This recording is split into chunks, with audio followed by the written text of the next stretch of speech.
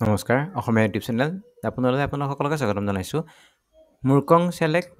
কলেজত 20টা পদ খালী হৈছে এছিষ্টেণ্ট প্ৰফেচাৰ আৰু আদাৰ পোষ্ট ইয়াৰ বাবে লাষ্ট ডেট 15 দিন বিজ্ঞান প্ৰকাশ হোৱাৰ পৰা 15 দিনলৈকে এপ্লাই কৰিব পাৰিব মুৰকং চেলেক্ট কলেজ জোনাই ইয়াত 15টা পদ 20টা পদ খালী হৈছে প্ৰথম যিটো পদ হৈছে এইটো হৈছে এছিষ্টেণ্ট প্ৰফেচাৰ পদ নম্বৰ অফ পোষ্ট 15টা ছাবজেক্ট ৱাইজ ভেকেঞ্চি কেইটা কৈ দিছোঁ ফিজিক্সৰ বাবে আছে 3টা পদ যাৰ 2টা আনৰিজাৰ্ভ আৰু এটা আছে OBC বা MOBCৰ কাৰণে জিঅ'লজিৰ 3টা পদ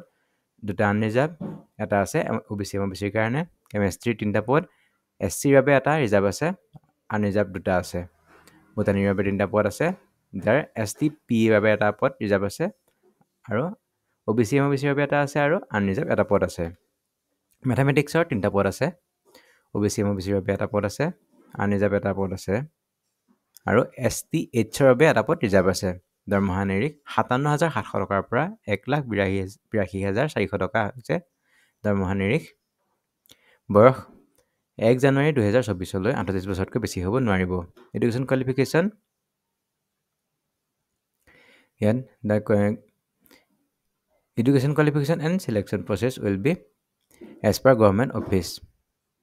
গভৰ্ণমেণ্টৰ যিটো নিয়ম অনুসৰি ইয়াত চিলেকশ্যন কৰা হ'ব দ্বিতীয় যিটো পদ আছে সেইটো হৈছে লেবৰেটৰী এছিষ্টেণ্ট ইয়াৰ বাবে নম্বৰ পোষ্ট হৈছে এটা আনৰিজাৰ্ভ হৈ আছে এইটো দৰমহা নিৰিখ 14,000 পৰা 70,000 টকালৈকে দৰমহা নিৰিখ হোৱাৰ লগতে গেট পে আছে 5,600 টকাৰ এডুকেশ্যন কোৱালিফিকেশ্যন যিকোনো গ্ৰেজুৱেটে ইয়াত এপ্লাই কৰিব পাৰিব লগতে কম্পিউটাৰ ডিপ্ল'মা বা চাৰ্টিফিকেট থাকিব লাগিব আৰ্টছ ছায়েন্স আৰু কমাৰ্চৰ যিকোনো গ্ৰেজুৱেটে ইয়াত এপ্লাই কৰিব পাৰিব তৃতীয় যিটো পদ আছে এইটো হৈছে লেবৰেটৰী বিয়েৰাৰ ইয়াৰ বাবে নম্বৰ পোষ্ট হৈছে 4টা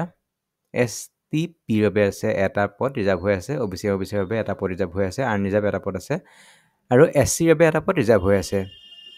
এইটো যিটো পদ আছে এইটো দৰমহা নিৰিখ হৈছে 12,000 পৰা 52,000 টকালৈকে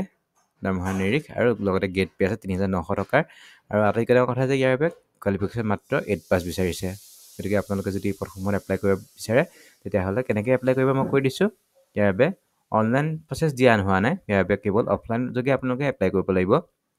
আপোনালোকে আপোনালোকৰ বায়'ডাটা বা CV সমূহ ইয়াৰ যিটো এড্ৰেছ দিছে ইয়াত পঠিয়াব লাগিব মন কৰিব যে আপোনালোকৰ বায়'ডাটাত মোবাইল নম্বৰ আৰু ইমেইল এড্ৰেছ লিখিবই লাগিব নহ'লে ৰিজেক্ট কৰি দিয়া হ'ব আৰু যিখিনি আপোনালোকে ডকুমেণ্টছ জেৰক্স কৰি দিব তাত চেল্ফ এড্ৰেছ থাকিব লাগিব যিবিলাক মাৰ্কশ্বিট চাৰ্টিফিকেট আপোনালোকে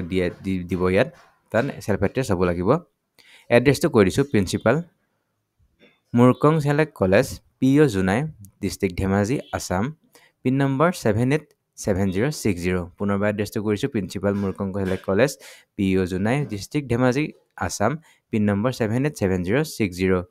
ইয়াত আপোনালোকে পঠিয়াব লাগিব আপোনালোকৰ বায়'ডাটা বা CV-সমূহ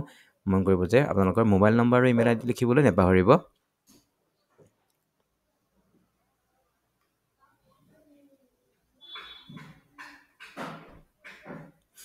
ইয়াৰ যিখন এপ্লিকেশ্যন